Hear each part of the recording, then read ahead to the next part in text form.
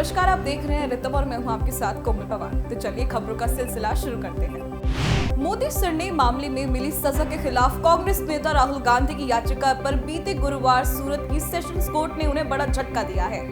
याचिका में मोदी सरनेम पर की गई टिप्पणी पर आपराधिक मानहानि मामले में उनकी सजा पर रोक लगाने की मांग की गई थी, जिसे कोर्ट ने ठुकरा दिया है।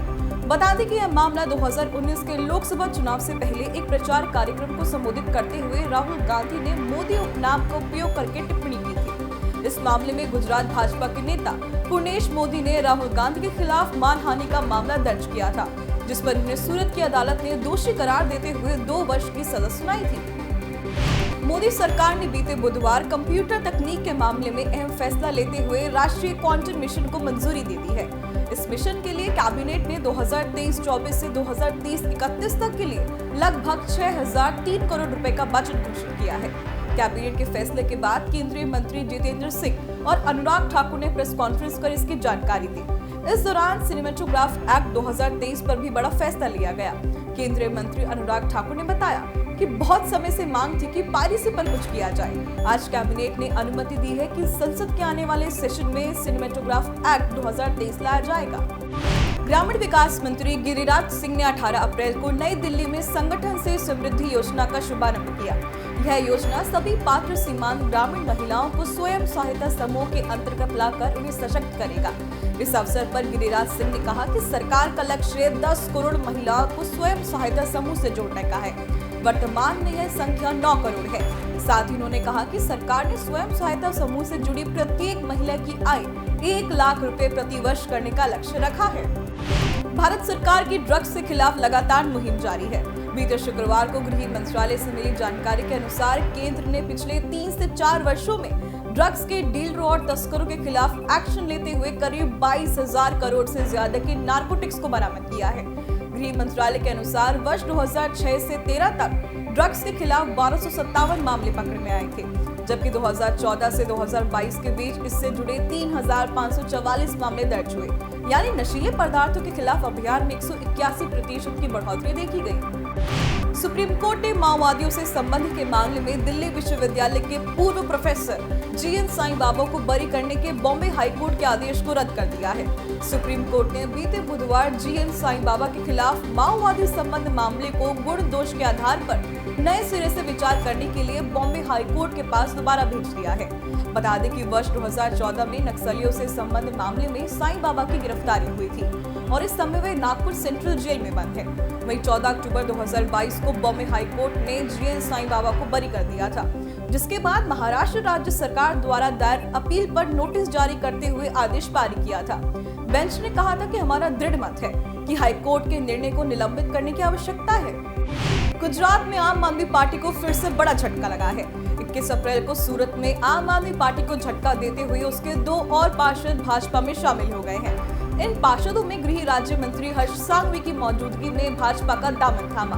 बता दें कि 15 अप्रैल को भी 6 पार्षदों ने बीजेपी ज्वाइन की थी। इस तरह अब आम आदमी पार्टी की सदस्यता 27 से घटकर 15 रह गई है। आगामी 15 मई को मोदी सरकार के 9 वर्ष पूरे होने के अवसर पर बीजेपी एक विशेष अभियान चलाने जा रही है, जिसके अंतर्गत बीजेपी देश के सभी संसदीय क्षेत्र में व्यापक जनसंपर्क के जरिए समाज के सभी वर्गों से संपर्क साधेगी। जनसंपर्क अभियान 15 मई से 15 जून तक चलेगा। दरअसल पूरे देश में व्यापक जनसंपर्क, लाभार्थी संपर्क, विभिन्न वर्गों से संपर्क और वरिष्ठ कार्यकर्ता संपर्क के लिए अभियान चलाए जाएंगे। इस बारे में भारतीय जनता पार्टी के सभी सांसदों को निर्देश जारी किया गया है। मोदी सरकार के कार्य को जनता तक ले जाने के लिए अभियान चलाने का निर्देश दिया गया है। विंग कमांडर दीपिका मिश्रा वीरता पुरस्कार पाने वाली भारतीय वायुसेना की पहली महिला अधिकारी बन गई है।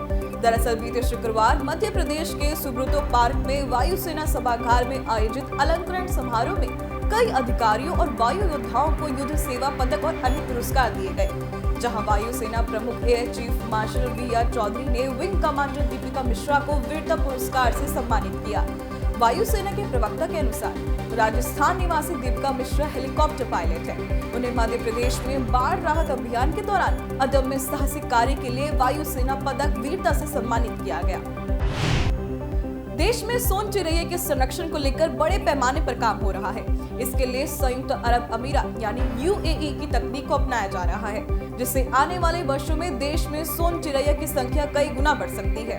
वन एवं पर्यावरण मंत्रालय के अनुसार वन्य जीवन संस्थान की मदद से फिलहाल राजस्थान के जैसलमेर में खोले गए 2 ब्रीडिंग सेंटर में UAE की तकनीक पर काम शुरू किया गया है, जिसके बाद अब गुजरात का कच्छ, महाराष्ट्र का सोलापुर, कर्नाटक का बेल्लारी और आंध्र प्रदेश के कुर्नूल में ब्रीडिंग सेंटर खोले जाएंगे।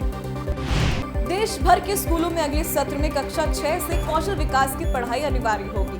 केंद्र सरकार स्कूली शिक्षा में कौशल विकास का पाठ्यक्रम तैयार करने में सिंगापुर के कौशल विकास मॉडल को अपनाने जा रही है।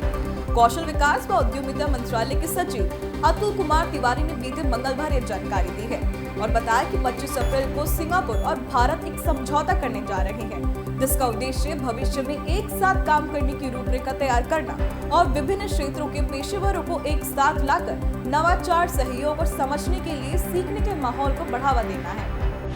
संयुक्त राष्ट्र ने भारत की बढ़ती जनसंख्या को लेकर 19 अप्रैल को आंकड़े जारी किए हैं। इन आंकड़ों में कहा गया है कि भारत इस मामले में चीन को पीछे छोड़ते हुए दुनिया की सबसे अधिक जनसंख्या वाला देश बन गया है। आंकड़ों की माने तो भारत की जनसंख्या 142.86 करोड़ है, जबकि चीन की जनसंख्या 142.57 करोड़ है। ये अनुमान पॉपुलेशन एक्सपर्ट्स ने UN के पिछले आंकड़ों का इस्तेमाल कर लगाया है। ब्रिटेन में विभिन्न शिक्षण संस्थानों में पढ़ने वाले हिंदू छात्र छात्राओं को अब नस्ली भेदभाव झेलना पड़ रहा है। दरअसल लंदन की एक संस्था हेनरी जैक्सन सोसाइटी ने बीते गुरुवार बताया कि मुस्लिम छात्र सहपाठी हिंदू छात्रों को काफिर कहते हैं और धर्म परिवर्तन न करने पर नर्क का अनुभव भोगने की धमकी देते हैं।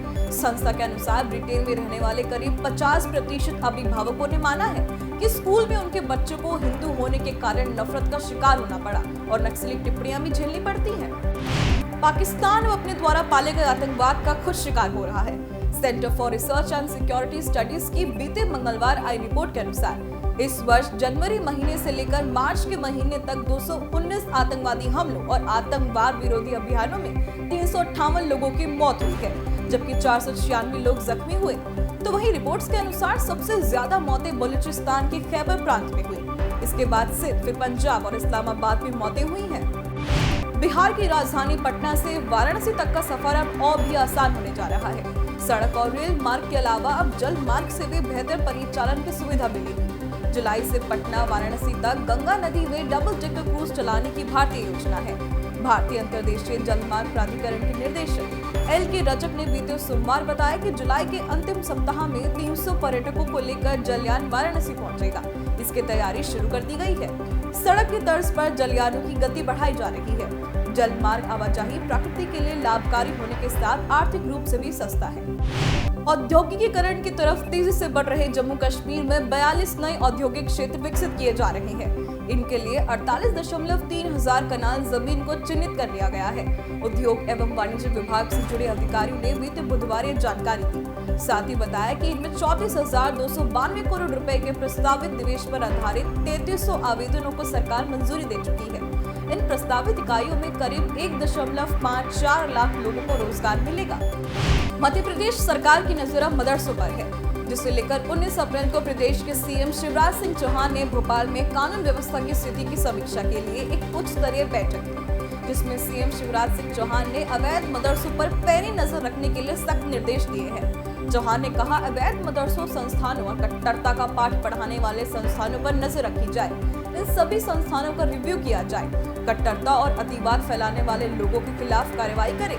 बैठक में गृह मंत्री नरोत्तम मिश्र और पुलिस प्रशासन के वरिष्ठ अधिकारी मौजूद रहे थे। उत्तर प्रदेश के अयोध्या में राम मंदिर का निर्माण तेजी से चल रहा है। मंदिर के गर्भगृह के लिए छत का निर्माण भी शुरू किया गया है। इसी के साथ अब रामलला की मूर्ति बनाने की भी तैयारियां शुरू हो गई है। रामलला की 5 वर्ष की प्रतिमा बनाने के लिए कर्नाटक से श्याम शिला को मंगवाया गया है। ट्रस्ट के सदस्य डॉक्टर अनिल मिश्र ने 20 अप्रैल को बताया कि इस प्रतिमा की लंबाई करीब 5 फीट होगी। भगवान रामलला की मूर्ति 5 साल की आयु वाले मुख में मधुर मुस्कान और खड़े मुद्रा में हाथ में धनुष और बाण लिए होंगे।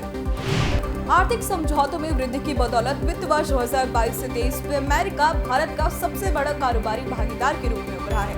17 अप्रैल को जारी वाणिज्य मंत्रालय के प्रारंभिक डाटा के अनुसार पिछले वित्त वर्ष में दोनों देशों के बीच द्विपक्षीय कारोबार 7.65% बढ़कर 128.55 अरब डॉलर रहा है। दोनों देशों के बीच 2021 से 22 में 119.5 अरब डॉलर और 2020 से 21 में 80.51 अरब डॉलर का द्विपक्षीय कारोबार हुआ था। दूसरी ओर 2022 से 23 में चीन के साथ द्विपक्षीय कारोबार 1.5% से घटकर 113.83 अरब डॉलर रहा है। 2021 से 22 में भारत और चीन के बीच 115.42 अरब डॉलर का कारोबार हुआ था। देश में आर्थिक गतिविधियों में सुधार के चलते बढ़ी मांग से वित्त वर्ष 2022 से 23 में बिजली की खपत में 9.5% की वृद्धि रही है।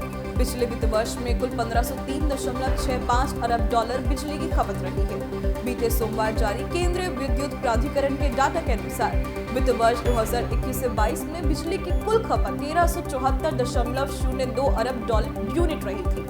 डाटा के अनुसार पिछले वित्त वर्ष में एक दिन की सबसे अधिक बिजली की मांग 207.23 गीगावाट रही। 2021 से 22 में यह 200.53 गीगावाट थी। देश में डिजिटल भुगतान का चलन कुछ वर्षों में तेजी से बढ़ा है। इसमें यूनिफाइड पेमेंट्स इंटरफेस यानी यूपीआई की बड़ी भूमिका रही है। वर्ष 2022 में यूपीआई से 126 लाख करोड़ रुपए के 74 अरब लेनदेन हुए। बीते मंगलवार को आई वर्ल्ड लाइन की रिपोर्ट्स के अनुसार जनवरी-दिसंबर 2022 में यूपीआई, डेबिट, क्रेडिट कार्ड व प्रीपेड पेमेंट इंस्ट्रूमेंट जैसे साधनों से कुल 149.5 लाख करोड़ के 87.92 अरब लेनदेन हुए। इसमें यूपीआई पर्सन टू मर्चेंट और यूपीआई पर्सन टू पर्सन पसंदीदा भुगतान माध्यम रहे। यूपीआई P2P की हिस्सेदारी मूल्य और संख्या के लिहाज से सबसे ज्यादा 44% एवं 66% रही। भारतीय मुद्रा रुपया तेजी से इंटरनेशनल करेंसी बनने की ओर बढ़ रहा है। डॉलर, पाउंड और यूरो के बाद विश्व स्तर पर हवाई अड्डों के मुद्रा विनिमय काउंटर पर स्वीकार किए जाने के बाद भारतीय रुपया चौथी अंतर्राष्ट्रीय मुद्रा बन गया है। इस समय विश्व के कुल 17 ऐसे देश हैं जो भारतीय मुद्रा में व्यापार कर रहे हैं। इतना ही नहीं, फिलहाल जर्मनी, इजराइल जैसे 64 विकसित देशों ने रुपए के जरिए कारोबार करने में दिलचस्पी दिखाई है। ऑस्ट्रेलिया के विश्व टेस्ट चैंपियनशिप फाइनल और शुरुआती 2 टेस्ट द एशेज श्रृंखलाओं के लिए 17 खिलाड़ियों वाली टीम की घोषणा की बीते गुरुवार कर दी है। विश्व टेस्ट चैंपियनशिप का फाइनल 7 जून को ओवल में भारत और ऑस्ट्रेलिया के बीच खेला जाएगा। टेस्ट चैंपियनशिप के लिए टीम के 15 खिलाड़ियों के नाम की घोषणा 29 मई को की जाएगी। सलामी बल्लेबाज डेवी वार्नर ने विश्व टेस्ट चैंपियनशिप के फाइनल और एशिया टीम में अपनी जगह सुरक्षित कर ली है।